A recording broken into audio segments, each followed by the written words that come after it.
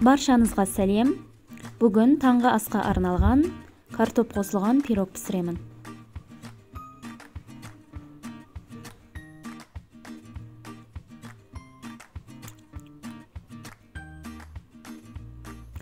Алдымен жұмыртқаны салып, араластырып, кейін сүт пен айранды құямыз.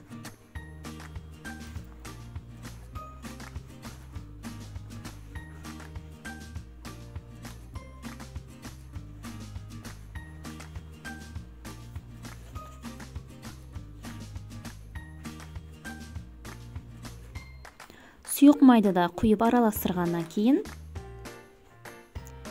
ірімшік пен ақ желкенді саламыз.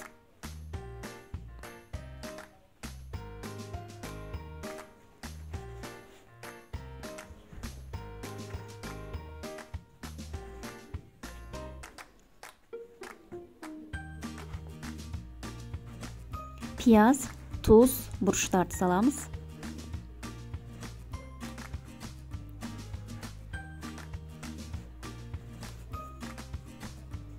Кейін ұн мен жарты пакет қопсытқышты саламыз.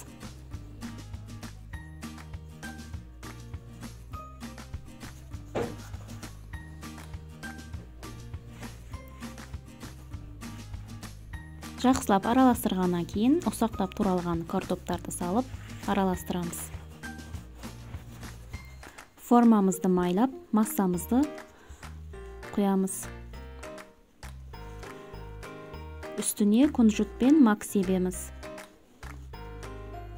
Алдын ала қызып тұрған 180 градус пеште 30-35 минут пісіріп аламыз. Ас болсын. Каналыма тіркеліп, лайк басуды ұмытпаңыздар.